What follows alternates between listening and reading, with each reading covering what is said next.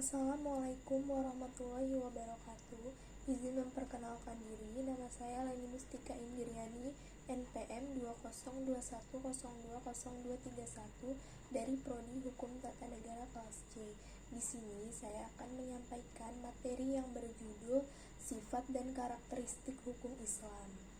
Sifat dan karakteristik hukum Islam yang pertama yaitu sempurna. Sempurna artinya utuh, lengkap segalanya. Kesempurnaan hukum Islam atau syariat dapat dilihat dari diturunkannya syariat Islam dalam bentuk yang umum dan mengglobal permasalahannya, kecuali hal-hal yang bersifat langgeng. Nas membuat prinsip-prinsip hukum terperinci, konkret, dan teknis. Misalnya, masalah peribadatan, perkawinan, perceraian, dan warisan diterangkan secara terperinci. Syariat Islam dapat benar-benar menjadi petunjuk universal dengan bentuk yang umum dan global tersebut. Yang kedua yaitu elastis. Sifat dan karakteristik hukum Islam yang kedua mudah diubah bentuknya dan mudah kembali ke bentuk asal, lentur, dan luas. Keelastisannya mencakup di segala bidang kehidupan manusia, baik jasmani maupun rohani, baik mengenai hubungan manusia dengan Tuhannya maupun hubungan interaksi sesama manusia. Juga tuntutan mengenai kehidupan manusia di dunia dan di akhirat. Yang ketiga yaitu universal. Universal berarti umum atau berlaku untuk semua orang atau untuk seluruh dunia, bersifat melingkupi seluruh dunia. Ini berarti hukum Islam itu tidak dibatasi oleh lautan maupun batasan suatu negara. Bukti yang menunjukkan bahwa hukum Islam itu mempunyai sifat universal atau tidak harus dikembalikan kepada Al-Quran. Universal hukum Islam ini dinyatakan oleh Al-Quran sendiri yang berbunyi dan tidaklah kami Allah mengatur kamu Muhammad melainkan untuk menjadi rahmat bagi semesta alam. Quran Surat Al-Anbiya ayat 107. Dan kami Allah tidak mengutus kamu Muhammad melainkan kepada umat manusia seluruhnya sebagai pembawa sebagai pembawa berita gembira dan sebagai pemberi peringatan, tetapi kebanyakan manusia tidak mengetahuinya. Quran Surat Al-Saba ayat 28. Kedua ayat Al-Quran di atas menyatakan bahwa syariat yang dibawa oleh Nabi Muhammad bukanlah dikhususkan untuk orang Arab saja, namun berlaku bagi seluruh umat manusia yang ada di seluruh dunia. Selanjutnya yaitu dinamis. Dinamis dalam KBBI dijelaskan makna dari kata dinamis adalah penuh semangat dan tenaga sehingga cepat bergerak dan mudah menyesuaikan diri dalam keadaan dan sebagainya. Kedinamisan hukum Islam terletak pada dasar-dasar yang menjadi dasar tiang pokok bagi hukum. Dasar-dasar dan pokok-pokok itulah yang menjadi sumbu kekuatan, kelemahan, kemudahan, dan kesukaran dalam menetapkan hukum Islam. Sesuai dengan tabiat manusia yang tidak menyukai beban yang membatasi kemerdekaannya, sehingga manusia memerhatikan beban hukum Islam dengan sangat hati-hati. Manusia tidak akan bergerak untuk mengikuti perintah jika perintah itu tidak menawan hatinya atau mempunyai daya dinamika.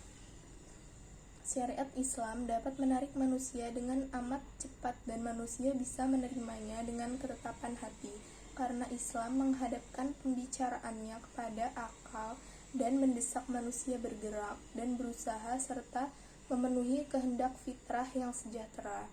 Sebagaimana hukum Islam menuju kepada toleransi, persamaan, kemerdekaan, menyuruh untuk berbuat ma'ruf dan mencegah yang mungkar. Sendi-sendi dari kedinamisan hukum Islam adalah 1. Meniadakan kepicikan. 2. Menyedikitkan tugas. 3. Mensyariatkan hukum dengan cara berangsur-angsur.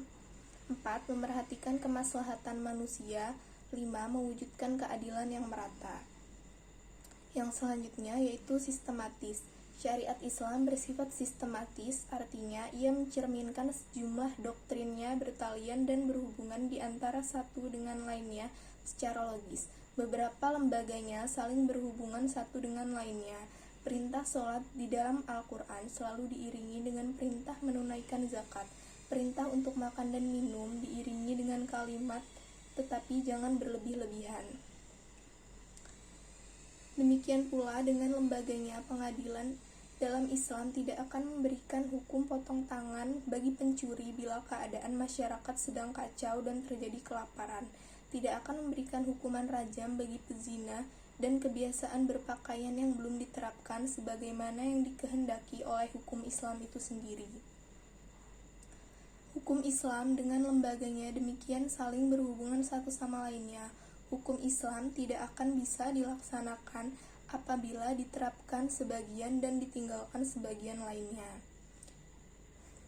Yang selanjutnya yaitu hukum Islam bersifat ta'abudi dan ta'akuli. Al-Syatibi mengatakan bahwa ta'abudi adalah sesuatu di mana tujuan hukum dalam melembagakan hukum untuk membebaskan mukallaf dari perintah-perintah hawa nafsunya atau hawa agar dia menjadi hamba Tuhan yang sukarela, sebagaimana dia juga hamba Tuhan secara alamiah, sedangkan ta'akuli adalah sebaliknya.